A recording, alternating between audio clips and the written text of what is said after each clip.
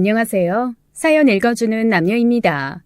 오늘도 와주신 여러분 감사드리며 그럼 오늘의 사연 바로 소개해드리겠습니다. 아이씨, 장모님, 저 이런 거 안 먹는다니까요. 옷에 냄새 배겨서 싫다고요. 제발. 촌스러워가지고 진짜. 박서방, 그래도 내가 이거 작년에 열심히 만든 건데 조금이라도 먹어봐. 옷에 냄새 배는 거 요즘은 금방 빼더만. 장모님이나 실컷 드세요. 요즘 여자들은 이런 냄새 나는 남자 경멸한다고요. 아니 자네 여자들한테 냄새 맡게 할 일 있나? 사람 사는 게 다 그렇지. 먹고 살자고 하는 건데. 작년에 아픈 팔로 열심히 만든 청국장을 끓여주었더니 사위는 제게 짜증을 냈습니다.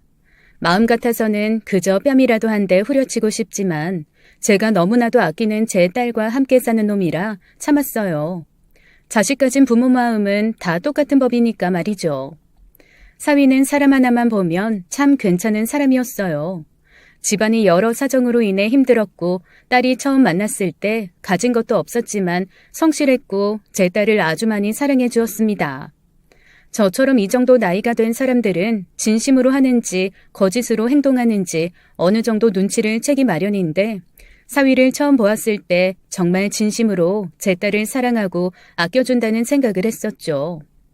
식당에서 사위를 처음 만났는데 글쎄 바닥에 뭐 떨어진 것을 줍는 제 딸아이가 일어나다 다칠까봐 테이블 모서리를 손으로 감싸주는 모습을 보고 제가 솔직히 좀 감동을 했었습니다. 머리 조심해. 여기 뾰족하다. 자기 다치면 나 못 살아. 어머, 그러네. 고마워. 자기가 손으로 받쳐준 덕분에 살았네. 난 무슨 복이 이렇게 많아서 자기 같은 사람을 만났을까? 정말 너무 감사하다. 이렇게 부족한 나를 받아준 것만 해도 내가 너무 감사한걸. 딸과 예비 사위를 처음 보았을 때 너무 보기 좋았습니다. 처음에 딸이 결혼을 하고 싶은 남자가 있다며 제게 말을 했을 때 조건을 듣고 무척 망설였지만 막상 이렇게 만나고 나니 제가 했던 고민들이 쓸데없었다는 것을 깨닫게 되었어요. 사위는 부모님이 안 계시고 할머니와 함께 자라왔었답니다. 부모가 이혼하고 엄마는 시집을 가버렸고 아빠는 지방 현장에서 일을 한다고 하면서 연락도 없이 그렇게 살았었나 봐요. 나중에 알게 된 건데 사위의 아빠는 예전부터 이 여자 저 여자 만나고 다니느라 사위를 신경도 안 쓴 모양입니다. 어린 나이에 그렇게 살아왔으니 제 눈에는 그저 너무나도 안타까워 보일 뿐이었어요. 하지만 다행히도 너무 따뜻하고 훌륭한 할머니가 계신 덕분에 사위는 열심히 공부했고 부모의 빈자리를 할머니를 통해 채웠나 봅니다. 사랑도 받아본 사람이 베풀 줄 안다고 할머니께 받은 사랑을 제 딸에게 보여주는 모습이 저는 참 보기 좋았어요. 사위는 열심히 공부를 해서 괜찮은 대학교도 졸업했고 온갖 아르바이트, 휴학을 해가며 학교를 겨우겨우 졸업했다고 했어요. 군대도 다녀오고 그 후에는 절약하는 것이 몸에 배어서 엄청 아껴 쓰고 열심히 돈도 모았죠. 부모가 해주는 근사한 뒷배경은 없었어도 사위의 모습 하나만으로도 제 마음은 충분히 움직이게 되었습니다. 성격도 얼마나 싹싹한지 처음 보는 제게 어머니 어머니 하고 부르며 살갑게 대하는데 기분이 좋더라고요. 어머니, 이거 좋아하세요? 이 식당에 더덕 무침이 유명하다고 하더라고요. 아, 이것 좀 잡숴보세요. 여기요. 아유, 난 괜찮아요. 여기 두고 다 같이 먹으면 돼요. 나 팔 길어요. 아닙니다. 저희는 앞으로도 먹을 날이 많으니까 좋은 거 맛있는 건 어머니가 꼭 저희보다 더 많이 드셔주세요. 그래야 저도 마음이 편해요. 저희 할머니한테 더 많이 맛있는 음식 못 사드린 것이 지금 너무 한이 맺혀서요. 그 당시 예비사위의 할머님은 몸이 편찮으셔서 요양원에 계신 상태였습니다. 치매 기운도 있고 당뇨 합병증도 있으셔서 집에서 손을 쓸 수 없는 상황이라고 하더군요. 예비사위의 마음 씀씀이가 너무 예뻐서 별로 좋아하지 않는 더덕 무침도 맛있게 먹었고 이런저런 음식들도 참 잘 먹었던 기억이 납니다. 예비사위는 그 당시 할머니가 편찮으셔 결혼을 나중에 하고 싶었는데 제 딸의 뱃속에 아이가 생기는 바람에 결혼을 서두르게 되는 상황이었죠.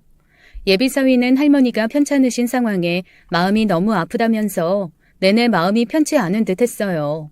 저는 그런 사위의 모습을 굉장히 예쁘게 보았습니다. 제게 개인적으로 전화까지 와서는 자신의 상황을 이해해달라고 하며 죄송하다고까지 말하는데 어느 누가 예뻐하지 않을 수가 있겠어요. 나중에 꼭 돈 많이 벌어서 제 딸을 행복하게 해줄 것이고 평생 제 딸을 위해 헌신하며 살아간다고까지 말하는 예비사위를 철석같이 믿고 제가 그동안 없는 살림에 모아둔 돈까지 척 내놓았습니다. 집 구하고 이것저것 준비하는데 돈이 한두 푼 드는 게 아니야. 아무리 아끼고 쪼개서 한다지만 그래도 남들이 하는 거 반이라도 따라가야 하잖니. 이거 받아. 얼마 되지 않지만 보태서 준비해.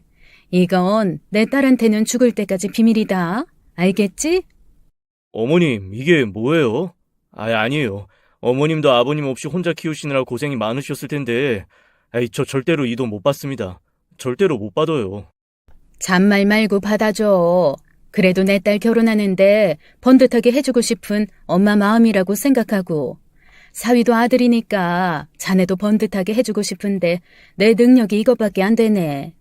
어머니, 살면서 저를 이렇게 따뜻하게 챙겨주시는 분, 어머니가 처음이세요. 너무 감사하고 죄송하고, 앞으로 저 살면서 민경이한테 정말 잘할게요. 최선을 다해서 민경이만 사랑할게요. 그래, 자네 할머니도 누워 계신데 이렇게 성급하게 하는 게 조금 그렇다만 분명히 할머니도 기뻐하실 걸세. 아무 생각 말고 앞으로는 행복하게 사는 것만 생각해. 알겠지? 예비사위는 진심 어린 눈물을 흘렸습니다. 그 모습을 본 저도 정말 사람 잘 얻었다 싶었죠. 주변 지인들 말을 들어보니 누구는 대기업에 다니는 사위를 얻었고 누구는 또 건물주 부모를 가진 사위를 만나서 돈 걱정 없이 잘 산다고들 하더군요. 하지만 저는 그런 것 하나도 부럽지 않았습니다. 결혼 생활이라는 거 살아보면 알겠지만 각 가정마다 꼭 어떤 어려움 하나쯤은 다 있는 법이니까요. 그게 돈에 관련된 어려움이 가장 속편하다는 것을 너무나도 잘 알고 있었답니다. 제가 딱 그 꼴이었거든요. 지금은 하늘나라에 있는 제 남편이 장애가 있었는데 저희는 돈에 관한 어려움 빼고는 다른 무엇도 힘든 일이 없었어요. 남편은 저를 아주 많이 사랑해 주었고 가족에 대한 희생과 배려가 몸에 배인 사람이었습니다. 지지고 볶고 싸울 일도 없었고 바람을 피우거나 술을 먹고 횡포를 부린다거나 하는 일이 단 한 번도 없었기 때문에 저는 지난 결혼 생활이 참 행복하다고 말할 수 있을 것 같아요. 같이 일하는 사람들 중에서도 이혼한 집이 세 집이나 있을 만큼 결혼 생활이라는 게 참 힘든 일이라는 걸 가까이에서 지켜봤기 때문이었죠. 남편을 대신해서 일을 하고 아이들을 돌보는 일이 쉽지만은 않았지만 그래도 저는 나름대로 행복하게 살아갈 수 있었던 것 같습니다. 그런 삶을 살아왔기에 딸이 고른 남자가 정말 착한 사람이라는 것을 느낄 수 있었죠. 예비사위를 만나고 난 후 집으로 돌아가는 길에 마음속으로 남편에게 고마운 인사까지 전할 정도로 저는 마음에 들어 있었어요. 여보, 당신이 우리 딸한테 이렇게 멋진 놈 보낸 거야? 하늘에서 다 보고 있지? 좀 어렵게 살면 어때? 마음 착하고 평생 우리 민경이 하나만 사랑하고 아껴줄 놈인데. 지 할머니한테 하는 거 보니까 나한테도 앞으로 잘할 것 같고. 아이고, 당신이 마치 하늘에서 보내준 것 같네. 고마워, 여보. 그렇게 예비사위는 저의 마음속에 쏙 들어와 있었고 저는 예비사위의 주변 지인들도 만날 수 있었습니다. 먼저 예비사위와 가깝게 지낸다는 사촌 누나가 한 명 있었는데요. 홀로 어렵게 커서 힘들게 살아가는 예비사위에게 사촌 누나는 많은 도움을 주었다고 했죠. 대학교 때 등록금도 도와준 적도 있고 또 할머니가 힘들게 일을 하시고 병을 얻었을 때 집에 와서 할머니를 간호해 준 적도 있다고 했어요. 지방 멀리 사는 고모의 딸이라고 했는데 은행에서 일을 한다고 했고 차마니 사람이 선해 보였습니다. 아이고, 고마워요. 우리 예비사위를 아주 많이 도와줬다고요. 부모 없이 할머니하고 자라서 힘들었을 텐데 든든한 누나가 있으니 얼마나 좋아요. 어머, 아니에요. 제가 무슨 도움이 됐다고요. 전 별로 한 것도 없어요. 자기가 스스로 얼마나 노력해서 살아왔는데요. 앞으로도 잘 부탁해요. 우리 민경이 아직 아무것도 모르는 애예요. 잘 좀 부탁해요. 걱정 마세요. 제가 곁에서 잘 살게 도와줄게요. 그리고 혹시 제가 은행에 있으니까 뭐 도움 필요하신 거 있으시면 말씀하세요. 제가 최대한 도와드릴 거 있으면 도와드릴게요. 아이고야, 그래요? 그럼 나야 너무 좋지. 민경 아버지가 남기고 간 것도 있고 내가 워낙에 이런 쪽에는 까막눈인데 잘 됐다. 고마워요. 고마워. 저는 그 후로 예비사위의 사촌 누나와 연락처를 교환했고 사위의 보호자 겸 은행 일로 모르는 것이 있을 때는 전화를 걸어 연락을 하면서 지냈습니다. 얼마 후 딸은 결혼을 했고 결혼함과 동시에 사촌 누나가 적금이며 보험이며 이것저것 연결을 해주고 상담해준다며 저까지 함께 집으로 불렀어요. 어찌나 꼼꼼하던지 책자를 한 보따리 가져와 이런저런 설명을 해주는데 너무너무 고마웠습니다. 더군다나 앞으로 태어날 아이에 대한 대책도 벌써부터 마련해야 한다는데 세상에 이렇게나 좋은 사람이 또 있을까 싶더군요. 사위와 사촌 누나는 아주 많이 가까워 보였는데 그것마저 저는 너무 좋게 느껴졌어요. 그런데 하루는 딸에게서 전화가 와서 사위와 사촌 누나가 가까워도 너무 가깝다고 하는 거예요. 밤늦게까지 단둘이 술을 마신 적도 있고 딸 집에 와서도 술을 마시고 거실에서 함께 옆에 누워서 잠을 자고 있는 모습까지도 봤다고 하면서 말이죠. 엄마, 아무리 그래도 좀 그렇지 않아? 어떻게 사촌 누나랑 술 먹고 옆에서 같이 잘 수가 있어? 내가 이상한 거야? 내가 예민한 거야, 엄마? 그래, 우리 딸이 곧 아이 낳으려고 많이 예민하네. 둘이 그냥 사촌지간도 아니고 각별한 사이더만. 그러면 충분히 가능한 일이야. 너무 마음 깊이 생각하지 말고 그냥 그러려니 해, 응? 그래야지. 근데 막 나랑 있었던 일도 하나하나 다 알고 모르는 게 없더라고. 몰라, 그냥 내가 좀 그래. 딸은 굉장히 예민해져 있는 것 같았어요. 사촌 신우이랑 가깝게 지내는 것이 못마땅하다면서 왠지 자신의 남편을 빼앗긴 것 같다는 말까지도 했죠. 저 역시 들으면서 조금 지나치다는 생각은 했지만 딸 뱃속에 있는 아이에게 안 좋은 영향이 갈까봐 최대한 말을 좋게 해주었습니다. 저는 그 당시 식당 일을 하고 있었어요. 워낙에 깔끔한 성격에 부지런한 스타일이라서 한번 일하게 되는 식당 주인들은 무슨 일이 있어도 제가 그만두지 못하게 했었죠. 솔직히 그런 성격 덕분에 여태까지 열심히 밥 벌어먹고 살 수 있었는지도 몰라요. 돈도 꽤 모았고 남편이 남기고 간 보험금과 연금도 있었지만 그런 거 다 차곡차곡 모으면서 오로지 제가 번 돈으로 모아서 딸아들 공부시키고 시집장가도 다 보냈을 정도니까 말이죠. 여자 혼자 벌어서 그렇게 하기가 얼마나 힘든지 해보지 않은 사람은 아마 모를 거예요. 단 하루도 쉬지 않고 열심히 일을 했고 딸을 시집 보낸 후에도 여전히 식당에서 일을 하고 있었습니다. 딸과 아들은 이런저를 항상 부끄러워하지 않았고 오히려 너무 멋지고 강한 엄마라며 엄지를 치켜들어줄 정도였어요. 제 남편은 40대 후반에 홀연히 세상을 떠났습니다. 아주 우연히 교통사고가 났는데 제 남편은 다리 한쪽이 불편한 장애를 갖고 있었어요. 그래서 남들보다 빠른 대처를 하지 못했고 그만 그 자리에서 세상을 떠나고 말았죠. 어려운 살림살이였지만 남편은 저와 자식들을 위해서 보험을 든든하게 들어놓았던 터라 그나마 남편이 죽고 난 이후에 보험금은 꽤 많이 탔습니다. 큰돈이었지만 남편이 죽은 돈을 쓸 수는 없어서 식당일, 청소일 등을 전전하면서도 남편의 돈은 끝까지 지키고 있었어요. 주변 친척들과 지인들은 혼자 된 저를 걱정하며 참 많이도 도와주었고 자식들도 대학생이 되자마자 열심히 알바를 해서 제게 손 벌린 적도 없었습니다.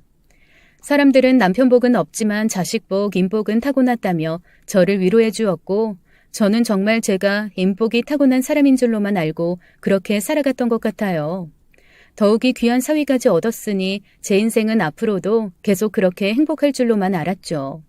딸아이는 결혼 후 5개월 만에 아이를 낳게 되었습니다. 임신 기간 내내 많이도 예민했었는데 아이를 낳고 나서도 딸아이의 예민함은 극도로 달했던 것 같아요.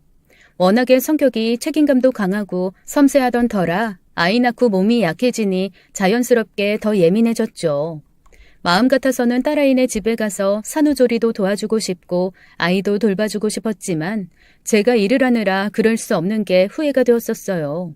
딸아이는 특히 밤에 잠을 잘 못 자는 것에 대해 엄청나게 힘들어했고 안 그래도 약한 체력은 더더욱 약해지고 있었습니다.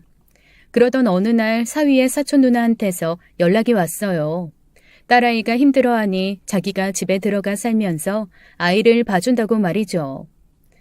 아니 사돈, 은행도 다녀야 하는데 그럴 시간이 어딨어요. 출퇴근하느라 힘든데.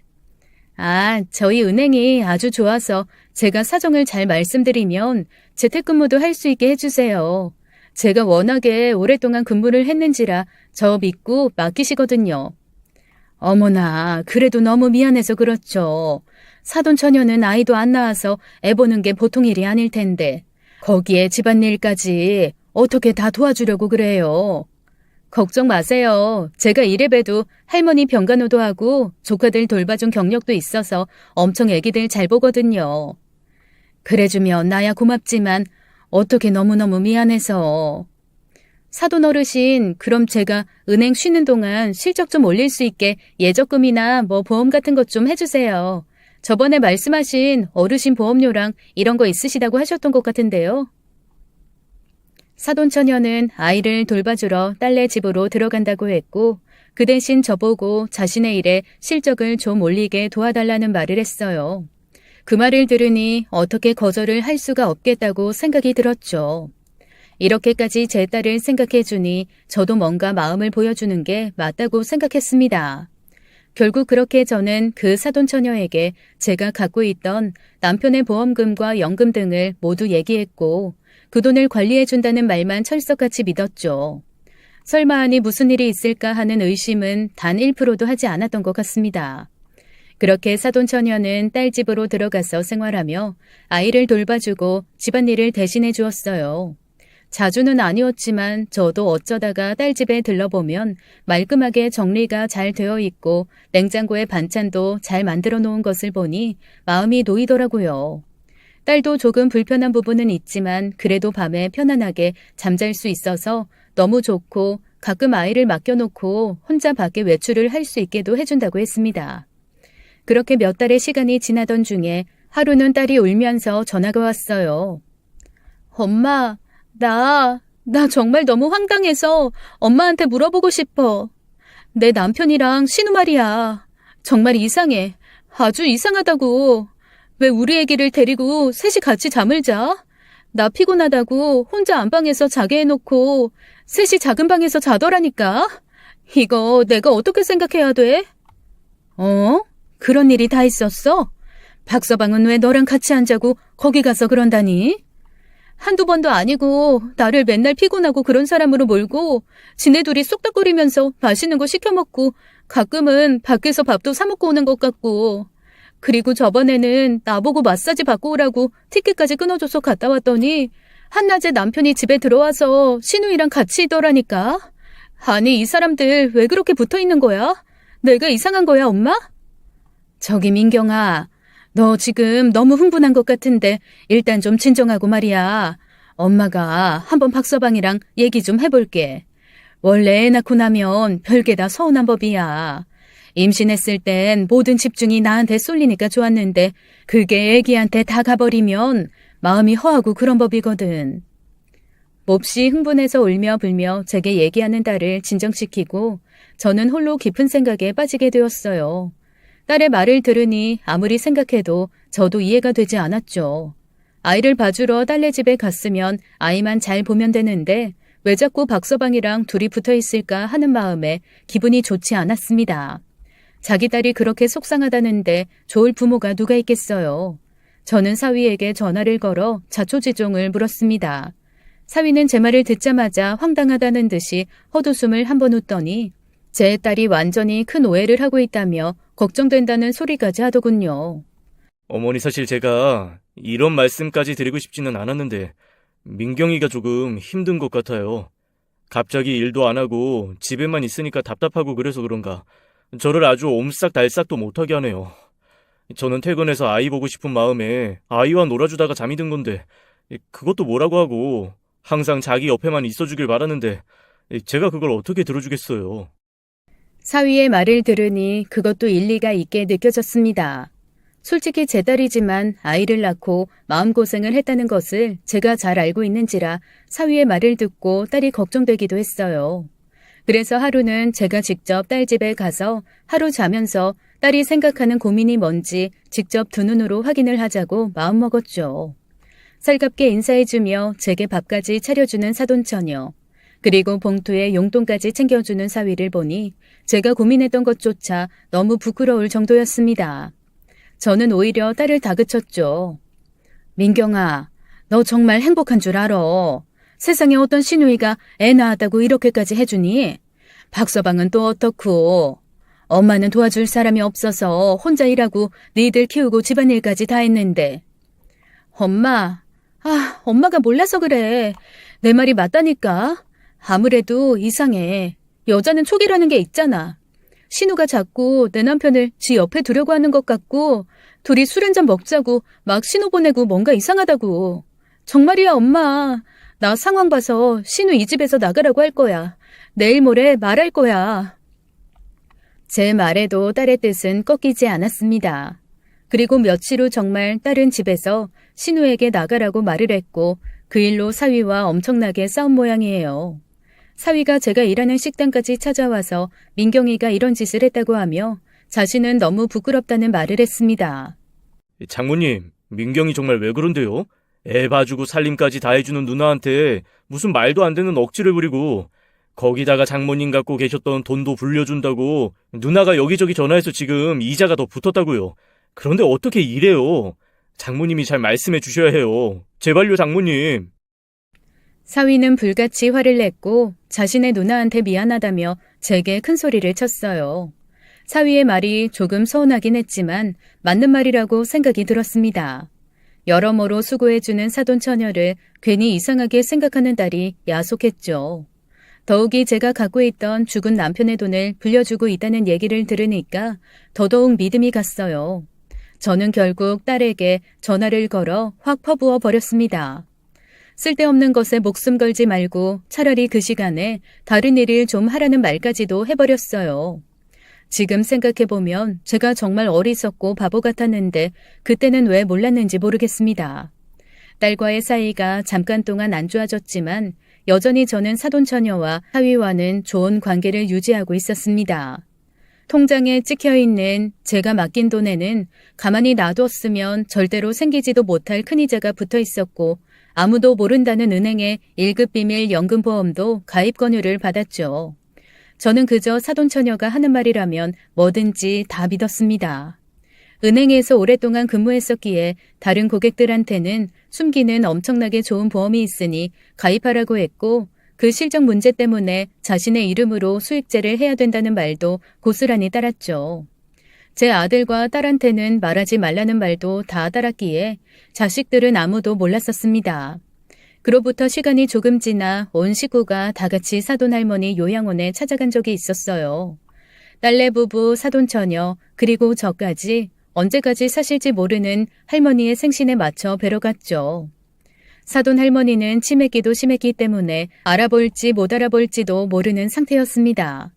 차로 40분이 넘게 달려 사돈할머니를 찾아갔는데 이상하게도 그날은 컨디션이 좋으셨는지 한눈에 모두를 알아보셨어요. 사위와 제 딸을 보고는 매우 활짝 웃으시던 사돈할머니는 이상하게 사돈처녀를 보고는 욕을 하며 눈을 흘기기 시작하셨습니다. 이런 못된 년, 아직까지 여기 붙어갖고 뭐하는 짓이야? 얼른 안 꺼져? 또 뭘 해먹으려고 여기 붙어있어? 이 썩을 년 같은 이라고. 당장 나가, 당장! 아유, 할머니, 왜 그래? 왜 또 이렇게 화가 나셨을까? 할머니, 할머니 정신 차려봐. 나 정신 멀쩡하대. 아주 멀쩡한데 전현이나 아픈 사람 취급하고 방 안에 가둬두고 내 돈까지 싹 다 가져간 거 아니요. 네 애비가 배 타서 벌어다 준 돈까지 가져가서 홀라당 날린 거 너 아직도 모르냐? 딴 여자랑 결혼한 네가 왜 아직도 전현이랑 붙어있는 거야? 왜? 당장 꺼지지 못해? 할머니 정신 차려요. 지금 또 다른 사람이랑 착각했어? 그러지 마, 할머니. 우리 사촌 누나잖아. 고모 딸. 할머니 기억 안 나는구만. 약 먹었어? 오늘 약 안 챙겨 먹은 거야? 나 지금 말짱해. 말짱하니까 이런 말 하는 거요. 너 절대로 인형 가까이 하지 말어. 이 할미 죽기 전에 소원이라고 했냐, 안 했냐? 사돈 할머니의 말을 듣고 저와 제 딸은 아주 많이 놀랐습니다. 사돈 처녀도 몹시 당황하는 것 같긴 했지만 이내 평정심을 찾고는 자기를 다른 사람과 혼돈한다며 웃으며 말을 했어요. 그날 다시 집으로 돌아오는 내내 기분이 찝찝했습니다. 치매가 심한 사돈 할머니지만 아까만큼은 저도 제 딸도 정확하게 알아보셨고 손주 얼굴도 똑바로 쳐다보시며 예쁘다고 말씀을 하셨거든요. 하도 생각을 해서 그런지 밤의 꿈에도 사돈 할머니가 나오셔서 그 여자 조심하라는 말까지 하셨답니다. 며칠이 지나도 불길한 예감이 가시질 않았는데 식당에서 물건을 들다 그만 어깨를 심하게 다치고 말았어요. 더 이상 식당 일을 할 수가 없을 정도로 되어버렸습니다. 자식들은 예전부터 일하지 말라고 했는데 제가 다치기까지 하니 너무 속이 상한다고 말을 했어요. 그래도 내심 마음속으로 생각했죠. 며칠 전에 사돈 할머니가 얘기한 것이 이런 일이 있으려고 그런가 보다 하면서요. 그래, 사돈 할머니가 치매가 심하니까 잘못 알아보고 그런 걸 거야. 무슨 말도 안 되는 얘기를. 그래도 내가 이 정도로 다치고 액땜한 거라 생각하니 오히려 마음은 편하네. 아휴. 사돈 처녀를 싫어하는 딸에게도 고마운 사람이니 마음을 다잡으라 말을 하고 저도 사돈 할머니가 하신 이야기는 다 잊겠다고 마음먹었어요. 징징대는 딸을 겨우 잠재우고 사위에게도 잘 좀 해주라고 부탁까지 해가며 저는 그렇게 모든 일이 잘 풀려가는 줄만 알았습니다. 저는 그때부터 식당 일을 그만뒀고 집에서 놀기 시작했어요. 평생 일만 하던 사람이 갑자기 놀려니까 그것도 참 힘들긴 했지만 그래도 얼마 만에 가져보는 여유인지 마음은 참 평화로웠습니다. 제 돈도 잘 불려져 나가고 있고 그 돈으로 앞으로 죽을 때까지 먹고 놀아도 되니까요. 그런데 사람이 노는 것도 하루 이틀이지 어깨가 조금씩 낫고 나니까 이대로 놀고만 있는 것도 못할 짓이었죠. 그래서 주변 지인이 소개시켜준 청소일을 하기 시작했습니다. 청소일은 예전에도 조금씩 하던 것이라 낯설지 않았고 어깨에 무리가 가지 않을 정도로 파트타임으로만 해도 되는 일이니까요. 작은 오피스텔 건물을 청소하는 것부터 시작했습니다. 지인이 이쪽 일을 빠삭하게 알고 있어서 제게 일자리 소개부터 일하는 팁까지 다 알려주어서 생각보다 빨리 적응할 수 있었고 제 꼼꼼한 성격 탓에 많이 힘들지도 않더라고요. 하루에 딱 4시간 정도만 일하고 나머지 시간은 자유롭게 쓸 수 있어서 너무 좋았어요. 힘들면 집에 가서 하루 종일 누워 있어도 되니 크게 부담스럽지도 않았습니다. 그러던 어느 날 친구가 모텔에서 일을 해보면 어떻겠냐고 하더군요. 보수가 일반 오피스텔보다 더 세고 까다롭게 구는 손님도 없어서 참 괜찮다고 했습니다. 친구 말만 듣고 그곳으로 일자리를 옮겼고 사람들이 많이 없는 오전 시간에 주로 일을 하기 시작했어요. 처음에는 어떤 사람들이 이런 곳에 오나 싶었습니다. 좀 외진 곳에 위치하기도 했고 고급스럽지도 않고 오히려 조금 낡은 곳이었어요. 특히나 아침 일찍 그곳을 빠져나가는 사람들을 가끔 마주칠 때가 있었는데 대부분 나이가 조금 있는 유부남 유부녀들 같아 보였습니다. 아이고 세상 천지 가정 버리고 여기 와서 이런 사람들은 뭐요? 한심한 놈들. 한심하다 한심해. 말만 모텔이지 거의 여관 같은 수준의 방 안은 수건이며 이불이며 너저분하게 다 벌려놓고 심지어는 방 안에서 담배를 피우는 사람도 참 많았습니다.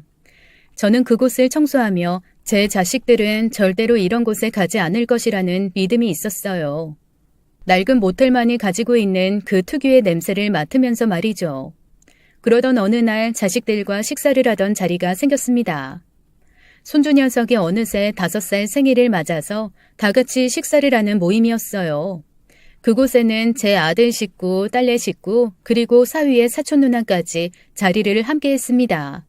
손주 녀석이 좋아하는 아이스크림 케이크까지 사서 모두들 축하해주러 한자리에 모였는데 문득 사위한테서 낯설지 않은 냄새가 나더군요. 순간 강하게 떠오른 생각은 제가 일하는 곳이었습니다. 매일 제가 청소하는 곳이기 때문에 저는 정확하게 기억하고 있었죠. 뭔가 이상한 마음이 들어 사위를 자세히 한번 쳐다보니 사위가 흠칫 놀랐습니다. 장모님, 제 얼굴에 뭐 묻었어요? 왜 그러세요? 아, 자네 요즘 회사가 바쁜가? 얼굴에 살이 좀 빠진 것 같아서. 혹시 오늘 어디 있다가 온 건가? 요즘 회사가 엄청나게 바빠요, 장모님. 아주 제가 밥도 못 먹고 다닌다니까요. 그나마 누나가 챙겨주는 도시락이랑 과일 먹으면서 연명하고 있어요. 아, 그렇구만. 장모가 돼서 사위한테 밥이라도 더 챙겨줘야 하는데 미안하네. 내심 흘려가는 말을 하긴 했지만 사위에게 나는 그 향기에 저도 모르게 살짝 기분이 언짢아진 것 같았어요. 그런데 더 황당한 일이 벌어졌습니다. 제 며느리가 화장실에 갔다가 사돈처녀가 제 손주에게 하는 이야기를 들었는데 제게 조심스럽게 말을 해주더라고요. 어머님, 근데 저 사돈 아가씨 말이에요. 뭔가 좀 이상해요. 제가 화장실에서 들었는데 우리 민웅이한테 자기를 왜 엄마라고 부르죠? 아니 아가씨가 뻔히 있는데. 뭐야? 무슨 말도 안 되는 소리냐 그건? 네가 뭐 잘못 들은 거 아니야? 설마 하니 사돈처녀가 왜 그런 말을 하겠어? 아직 시집도 안 간 처녀가. 아니에요 어머님. 화장실 안쪽에서 하는 얘기 분명히 들었어요. 민웅이한테 사람들 있을 때는 엄마한테 고모라고 불러야 한다면서 가짜 엄마한테 엄마라고 해야 된다고 막 그러더라니까요. 안 그러면 혼난다고.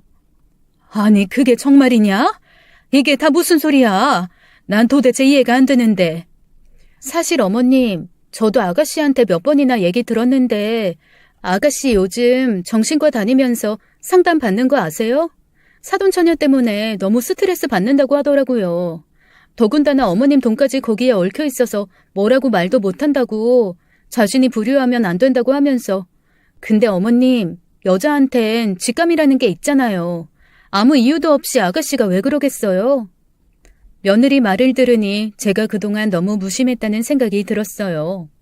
딸이 그렇게 힘들어서 정신과까지 갔다고 하는데 저는 그저 아무것도 아니라며 넘어가고 있었으니 말이죠.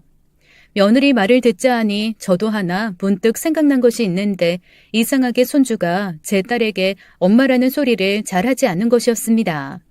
손주 녀석은 말을 많이 하지 않는 아이였는데 무슨 말을 할 때마다 사돈처녀 얼굴을 한 번씩 쳐다보는 것이 꼭 눈치를 보는 것 같이 느껴지더군요. 몇 번이나 그런 모습을 보면서 조금 이상하다 생각했었는데 며느리 말을 들으니 뭔가가 분명히 있다는 생각이 들었습니다. 그래서 그때부터 사돈처녀와 사위를 유심히 살펴보기 시작했어요. 며칠 후 일을 빼고 아침부터 딸아이의 집 앞으로 가보았습니다. 딸아이 대신 사돈처녀가 아이를 유치원차에 태워보내는 모습이 저 멀리 보이더군요. 그리고 잠시 후 골목에 세워져 있는 자동차로 향하는 사돈처녀의 모습이 보여서 따라가 보았더니 그 차는 다름 아닌 사위의 차였습니다. 저 차는 제가 회사 승진 기념 선물로 사준 차로 현금이 부족해 제가 할부를 직접 갚고 있는 차였죠. 사위가 하도 오래된 차를 타고 다니는데 손주를 태우고 다니는 것이 불안해서 사주었던 차였습니다. 그래도 여기까지는 뭔가가 사정이 있겠지 하면서 딸에게 얼른 전화를 걸어보았는데 딸이 하는 말이 사위가 지방 출장을 갔다고 하는 거예요. 엄마, 박서방 어제 지방 출장 갔어. 형님도 오늘 아이 등원해주고 며칠 동안 어디 간다고 하더라고. 안 그래도 나 오늘 애기 데리고 엄마 집으로 갈까 했는데 웬일로 전화를 다 했어? 그랬구나. 박서방은 어디로 출장 간 건데? 확실히 출장 간 거 맞아? 엄마 왜 그래? 아침부터 이상하다. 지금 일할 시간 아니야? 출장 간 거 맞지 그럼 어딜 가? 나도 하도 형님이 밖에 나가서 뭐 배우라고 해서 바리스타 자격증 따려고 학원도 등록했어. 그러니까 한결 낫네. 엄마 이따가 내가 애기 유치원 갔다 오면 데리고 갈게. 우리 맛있는 거 먹자. 딸의 말을 들으니 하늘이 무너지는 것 같더군요. 여태껏 보여왔던 사위의 행동들이 하나둘 생각이 났고 그 퍼즐 조각이 하나씩 맞춰지는 느낌이 들었어요. 바보 같은 딸내미가 안쓰럽고 불쌍해서 어쩔 줄을 몰랐고 이상하게 눈에서는 하염없이 눈물만 쏟아져 나왔습니다. 아이고 이게 무슨 일이야. 지방 출장 갔다고 거짓말하고 둘이 어딜 가는 거야. 도대체 이것들이 정말 여태껏 내 딸이 했던 말이 그럼 진짜라는 소리야? 이것들이 그럼 무슨 관계라는 거야? 그럼 내 돈은? 내 돈은 어떻게 된 거지? 저는 순간 뭔가 이상한 기운을 감지했습니다. 단 한 번도 사돈처녀를 의심한 적이 없이 큰돈을 맡겼었는데 문득 사돈처녀가 정말 은행원인지가 궁금하더라고요. 주변 지인들도 은행 재택근무가 어디 있느냐면서 아무리 들어도 그런 얘기는 처음 듣는다 했던 얘기가 생각이 났습니다. 그리고 그 큰돈을 가지고 턱하니 맡겨두고 확인도 안 하고 불안하지도 않느냐는 질문들을 받았기에 얼른 사돈처녀에게 전화를 걸었어요. 사돈처녀는 태연하게 전화를 받더니 자신은 지방에 있는 친구네 집에서 며칠 쉬고 온다는 말을 했습니다. 어머나, 사돈 어르신, 어쩐 일로 아침부터 전화를 주셨어요? 무슨 일 있으세요? 아유, 저기 사돈처녀, 내가 뭐 궁금한 게 있어서 말이야. 지금 혹시 어디예요? 잠깐 만날 수 있어요? 아, 제가 지금은 좀 지방으로 내려가는 길이라서 곤란한데. 무슨 일 때문에 그러세요? 저기, 내 돈 말이에요. 내가 맡겨둔 내 남편 보험금이랑 그런 것들. 그거 좀 찾아야 될 것 같은데, 그거 어느 통장으로 되어 있어요? 사돈처녀 은행원이니까 말만 하면 바로 입금해 줄 수 있죠? 내가 내 통장으로 좀 받고 싶어요. 어머, 사돈어른, 갑자기 이러시면 곤란하죠. 제가 저번엔 통장 보여드렸잖아요. 한두 푼도 아니고 이자를 그렇게 두둑히 붙여드리고 있는데 갑자기 빼버리시면 손해가 커요. 나 조금 손해봐도 되니까 일단 내 돈 다시 돌려줘요. 내 남편 보험금으로 내가 뭐 하는 짓인지 모르겠네요. 내가 잘못 생각한 것 같아요. 돌려받는 게 맞는 것 같네. 그리고 저기 사돈처녀 일하는 곳 마을금고라고 했나? 맞죠? 저 지금 전화기가 잘 안 들리거든요. 제가 나중에 다시 전화할게요. 사돈처녀는 제 말이 들리지 않는다며 전화기를 끊어버렸고 저는 그때부터 불길한 예감이 휩싸였어요. 지인의 도움으로 사돈처녀가 오랫동안 일했다는 은행 전 지점을 다 전화해서 물어보았지만 그런 이름을 가진 직원은 있지도 않았죠. 뭔가 캐면 더 많이 나올 수 있을 것 같은 생각에 이번에는 딸 집안으로 들어갔습니다. 저를 본 딸은 화들짝 놀라며 무슨 일이냐고 물었어요. 딸이 많이 놀랄까봐 정확한 말은 하지 않고 일단 사돈처녀의 짐을 하나하나 확인해 보았고 더불어 사위와의 관계에 대해서도 의구심을 품었습니다. 그리고 결국 저는 놀라운 사진 하나를 발견하게 되었어요. 제 손주와 사위 그리고 사돈처녀 셋이 다정하게 어깨동무를 하고 찍은 사진을 사돈처녀가 가방 안에 고이 간직하고 있었습니다. 누가 봐도 가족 사진이라고 믿을 만큼 다정한 사진이었는데 그 안에 제 딸은 없었죠. 셋이 이렇게 가족 행세를 하며 노는 동안 제 딸은 정신과에 다니며 우울증 약까지 먹었다는 사실을 알게 되니 머리끝이 쭈뼛쭈뼛 섰습니다. 우글우글 화가 머리끝까지 났고 마음속에서는 천불이 솟아오르는 것 같았죠. 엄마, 왜 그래? 무슨 일인데 그래? 갑자기 짐을 왜 뒤져? 무슨 일 있지? 그런 거지? 얼른 말해봐, 엄마. 얼른! 아이고, 우리 민경아. 엄마가 미안하다. 미안해. 그냥 바보같이 아무것도 모르고. 아휴, 내가 아주 우리 딸을 바보로 만들었다. 가만히 눈 뜨고 바보 취급을 당했어. 아이고, 민경아. 엄마, 그게 도대체 무슨 말인데, 응? 나 고생만 하고 살았던 우리 엄마한테 무슨 일 있는 거 너무 싫어. 그러니까 얼른 말해줘. 내가 다 혼내줄게. 앞으로는 네가 하고 싶은 대로 다 하고 살아. 사돈처녀가 엄마 돈을 얼마를 불려주든 말든 아무 신경도 쓰지 말고 네가 의심하는 거 밀어붙이고 아주 요절을 내버려.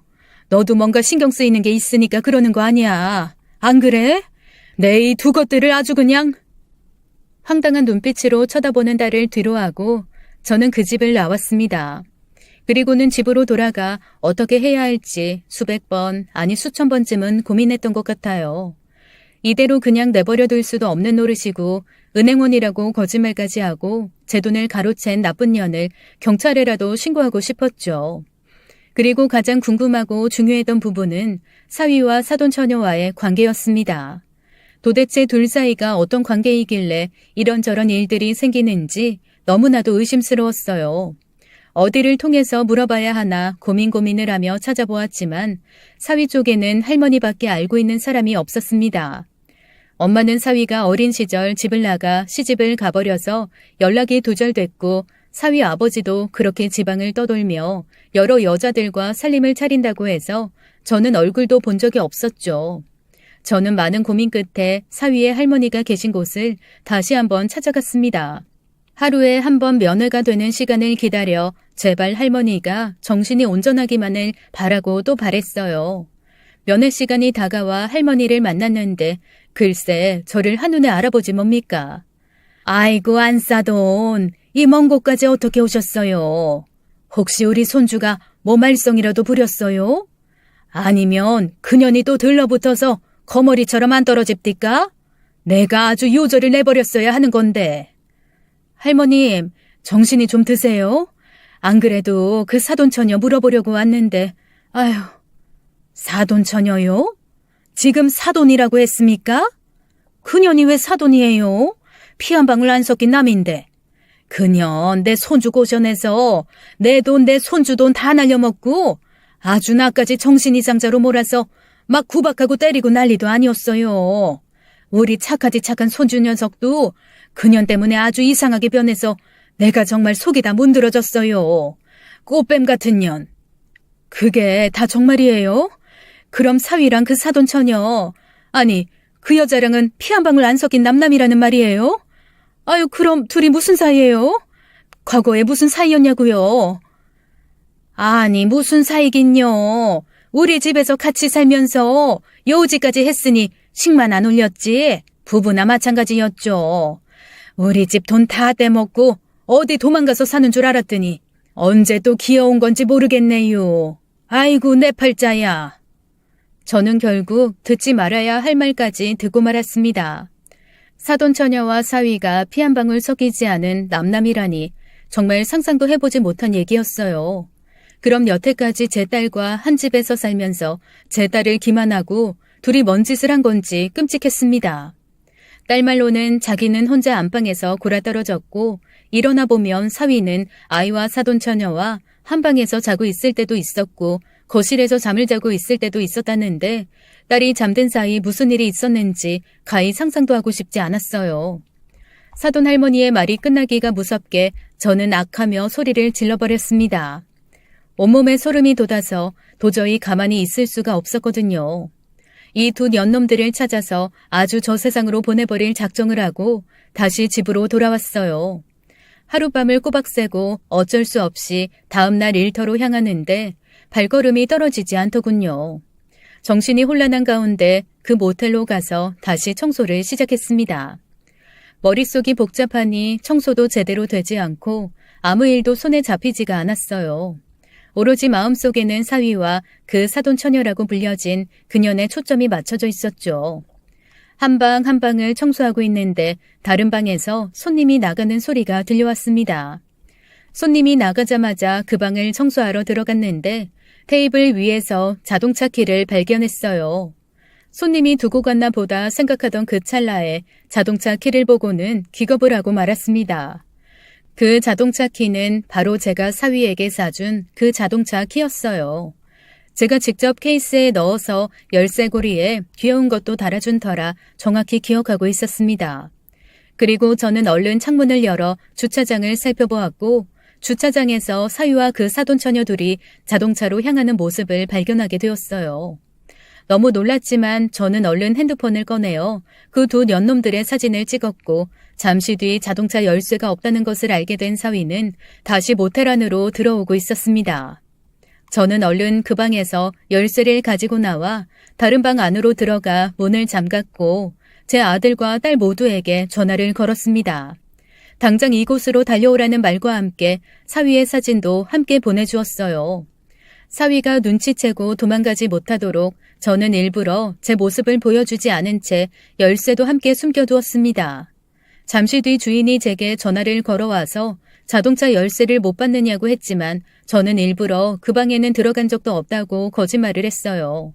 그리고 시간이 지나기만을 간절하게 기다렸습니다.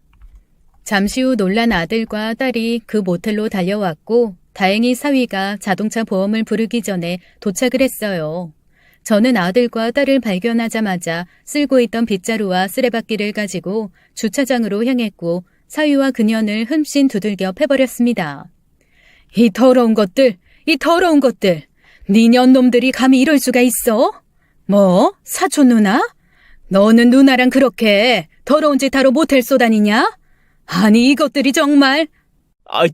장모님이 여기 왜, 아파요.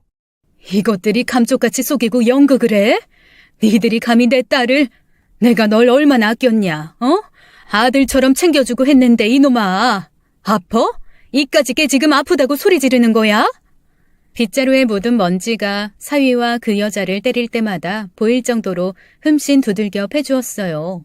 그들은 차에 올라타지도 못한 채 주차장을 빙빙 돌며 도망다니기 시작했고 저는 계속해서 그들을 쫓아다니며 욕을 했습니다.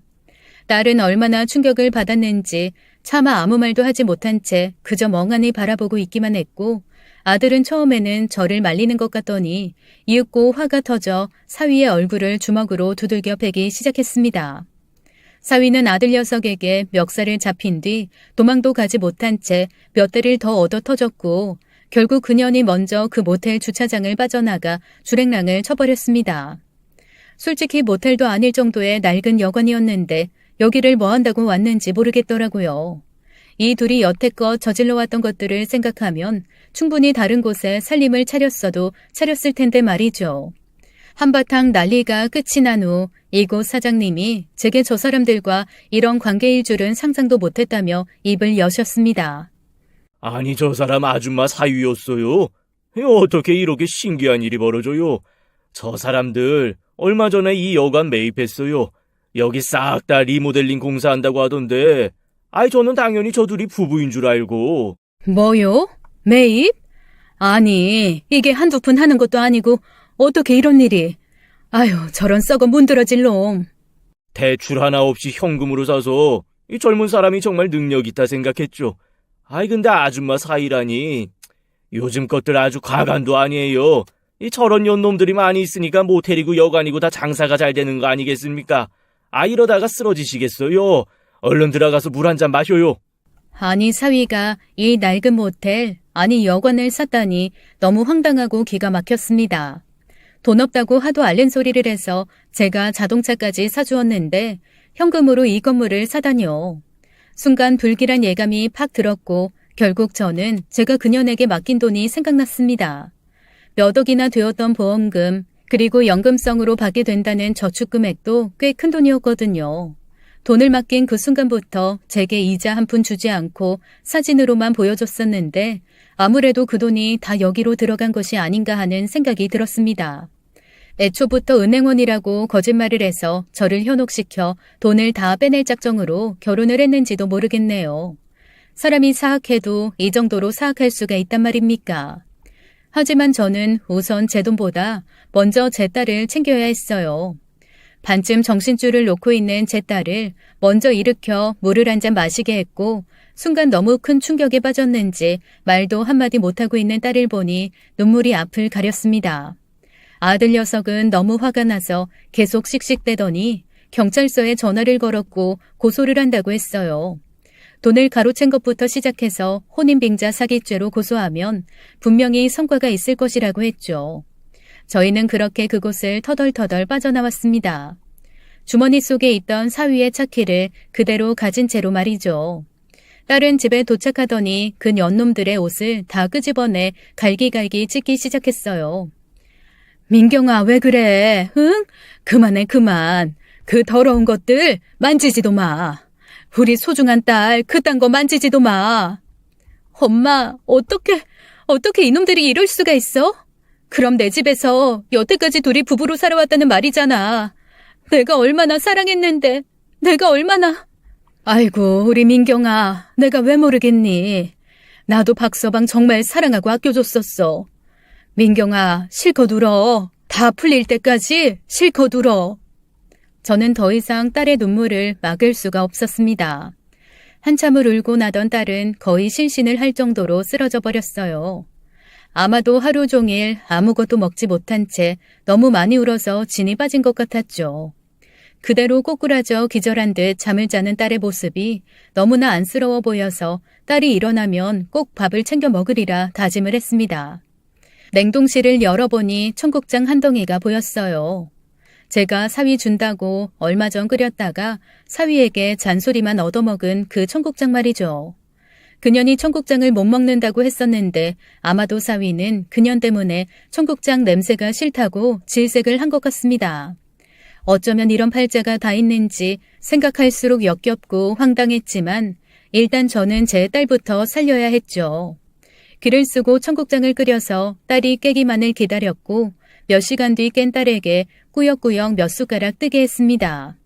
딸은 눈물을 흘려가며 제가 만들어준 청국장을 밥에 비벼 억지로 먹기 시작했어요. 엄마, 나 먹을 거야. 먹고 정신 차려서 그것들이랑 싸울 거야. 꼭 싸워서 이길 거야, 엄마. 아들은 곧바로 경찰서에 가서 그 둘을 고소했고 저는 사위의 차 키를 갖고 중고 자동차 시장에 차를 내놓았어요. 그리고 현관 비밀번호까지 바꾸어 버렸고 딸에게 앞으로 힘든 일이 있어도 꼭 이겨내자고 다짐을 했습니다. 며칠이 지나니 사위에게서 연락이 오더니 자기 차 키를 돌려달라고 하더군요. 집에 있는 옷가지들도 화물차를 불러서 어디로 보내달라고 주소도 남겨놓았죠. 하도 황당하고 기가 막혀서 말이 다 안 나올 정도였어요. 하지만 이럴 때 정신을 바짝 차려야 긴 싸움에서 이긴다고 들었습니다.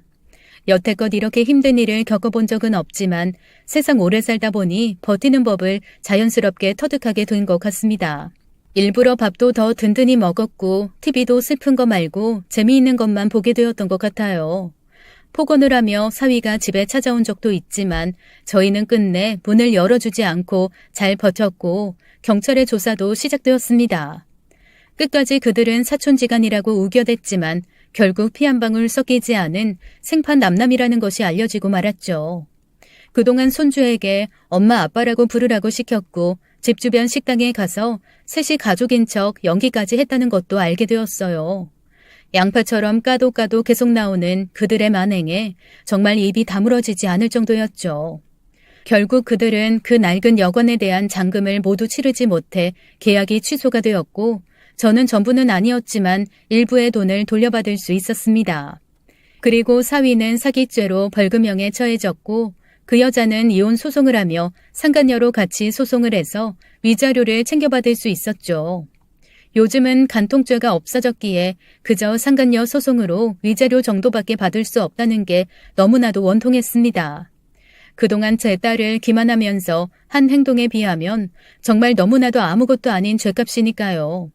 마음 같아서는 동네방네 사진이라도 다 붙여서 떠들어대고 싶지만 그런 것도 이제는 명예훼손이고 뭐고 걸린다고 하기에 하지 못하는 것이 한이 되었습니다. 딸은 결국 홀로 남게 되었고 저는 살고 있는 집을 팔아 손주와 딸을 데리고 함께 살기 시작했어요. 딸은 처음에는 거의 폐인처럼 집에서 나오지도 않고 밥도 먹지 않고 꺼진 방 안에만 가만히 있었는데 그 과정에서 손주 녀석이 참 많이 도움을 준 것 같습니다. 결국엔 손주의 힘으로 딸도 용기를 냈고 다시금 인생을 살아갈 수 있는 힘을 얻었거든요. 예전처럼은 아니지만 그래도 앞으로 카페 창업을 꿈꾸며 바리스타 자격증을 계속해서 준비하게 되었고 저는 저 나름대로 다른 청소 일자리에서 열심히 일을 지속해 나갔습니다. 가끔씩 청국장도 끓여 먹고 맛있는 고깃집에 가서 외식도 하면서 저희는 이렇게 힘을 내고 다시 살아가고 있어요. 인복이 많은 사람인 줄 알고 살아왔던 지난날을 생각하면 지금의 이 상황이 기가 막히지만 이건 역시 앞으로 더 좋은 일이 있으려고 그런 것 같다고 마음을 고쳐먹고 있답니다. 그래야 저도 살고 딸도 살고 손주도 건강히 잘 키울 수 있을 테니까요. 지금까지 사연 읽어주는 남녀였습니다.